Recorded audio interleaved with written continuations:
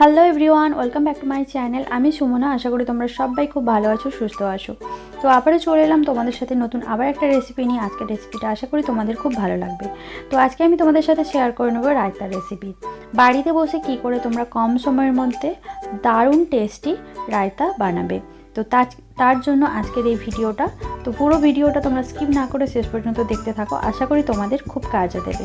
তো চলো বাড়িতে কি করে তোমরা রায়তা বানাবে তার স্টেপগুলো আমি তোমাদের সাথে শেয়ার করে নিচ্ছি। রায়তা বানানোর জন্য কি কি উপকরণ নিয়েছি সেটা তোমরা প্রথমে দেখে নাও। এখানটায় আমি নিয়েছি কিছুটা পরিমাণ কাঁচা লঙ্কা কুচি, যে যার পছন্দ মতো ঝালটা। আর এখানটায় একটা বড় সাইজের পেঁয়াজকে ছোট ছোট করে কুচিয়ে নিয়েছি, শসাও নিয়েছি ছোট ছোট করে কেটে, গাজরও নিয়েছি একদম ছোট ছোট করে কেটে, আর ধনে পাতা নিয়েছি, আর একটা পাতিলেবুর অর্ধেকটা নিয়েছি, আর লাগছে গোলমরিচ গুঁড়ো, আর নিয়েছি টক দই, আর এখানটায় লাগছে ব্ল্যাক সল্ট মানে যেটা বিট লবণ বলি আমরা, আর এখানটায় লাগছে ঠান্ডা জল। আমি এখানে 200 গ্রাম দই নিয়েছি 4 জনের জন্য রায়তা বানাবো। আমি একটা বোল নিয়ে নিয়েছি আর তাতে দিয়ে দিচ্ছি 200 গ্রাম পরিমাণ টক দই। তো রায়তাটা চেষ্টা করবে সবসময় টক দই দিয়ে বানানোর, কারণ রায়তাটা টক দই দিয়েই হয়। তো আমি যেহেতু এখানে 4 জনের জন্য রায়তা বানাবো তার জন্য এখানে 200 গ্রাম দই নিয়েছি। আর যেহেতু বাড়িতে বানাচ্ছি তো অবশ্যই তো একটু ভালো করেই বানাতে হবে, তার জন্য আমি একটু বেশি পরিমাণ দই নিলাম। এবারে দইটা নেওয়ার পর খুব ভালো করে ফেটিয়ে নেব যাতে কোনোভাবে দানা ভাবটা না থাকে। এবারে আমি এখানে সামান্য পরিমাণ ঠান্ডা জল দিয়ে একটু ভালো করে মিক্সড করে নিচ্ছি। তোমরা যে যতটা পরিমাণ গাঢ়ত্ব রাখতে চাও তো ততটা পরিমাণ জল এখানে অ্যাড করবে। তো আমি এখানে খুব বেশি জল অ্যাড করব না, মোটামুটি অল্প পরিমাণ জল অ্যাড করে আমি খুব ভালো করে দইটাকে ফেটিয়ে নেব। আমি এখানে ঠান্ডা জল ইউজ করছি, তোমরা চাইলে নর্মাল জলও ইউজ করতে পারো। তো দইটা দেখো আমার খুব ভালো করে ফেটানো হয়ে গেছে, আর তোমরা দেখেই বুঝতে পারছো যে কতটা পরিমাণ ঘনত্ব হয়েছে। এবারে আমি একে একে প্রত্যেকটা ইনগ্রিডিয়েন্টস মিশিয়ে দেব।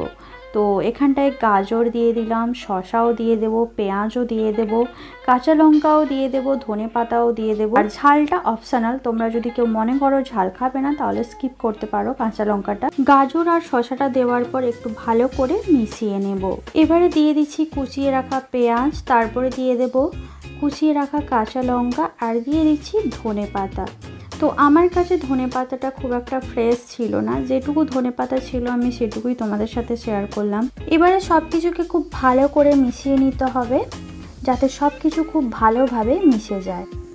এবারে অ্যাড করে দিচ্ছি একটা কাগজি পাতিলেবুর হাফটা আমি নিয়ে নিয়েছি, তার রসটা আমি এখানে অ্যাড করে দিচ্ছি।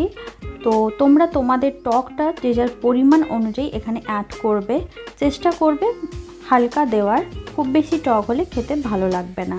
এবারে অ্যাড করে দিচ্ছি 1 টিস্পুন পরিমাণ গোলমরিচের গুঁড়ো। গোলমরিচের গুঁড়োটা তোমরা অবশ্যই দেবে। এবারে অ্যাড করছি ব্ল্যাক সল্ট বা বিট লবণ।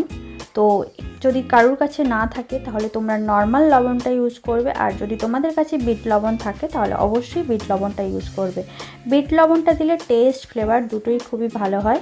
তো আমি এখানে আমার পরিমাণ অনুযায়ী ব্ল্যাক সল্টটা ইউজ করলাম। এবার সব কিছুকে খুব ভালো করে মিশিয়ে নিতে হবে।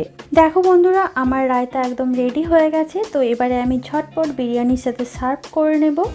তো এইরকম বিরিয়ানির সঙ্গে যদি এরকম রায়তা থাকে তাহলে দারুণ লাগে বিরিয়ানিটা খেতে। আর রায়তার লুকটা কেমন হয়েছে অবশ্যই তোমরা কমেন্ট করে জানাবে। আর বাড়িতে তোমরাও খুব সহজে কম সময়ের মধ্যে এইভাবে দারুণ রায়তা বানিয়ে ফেলতে পারো। তো আজকের রেসিপিটা কেমন লাগলো অবশ্যই কমেন্ট করে জানিও। ভালো লাগলে লাইক, কমেন্ট এন্ড শেয়ার করতে ভুলো না। আজকের মতো বিদায় নিচ্ছি, সবাইকে টাটা।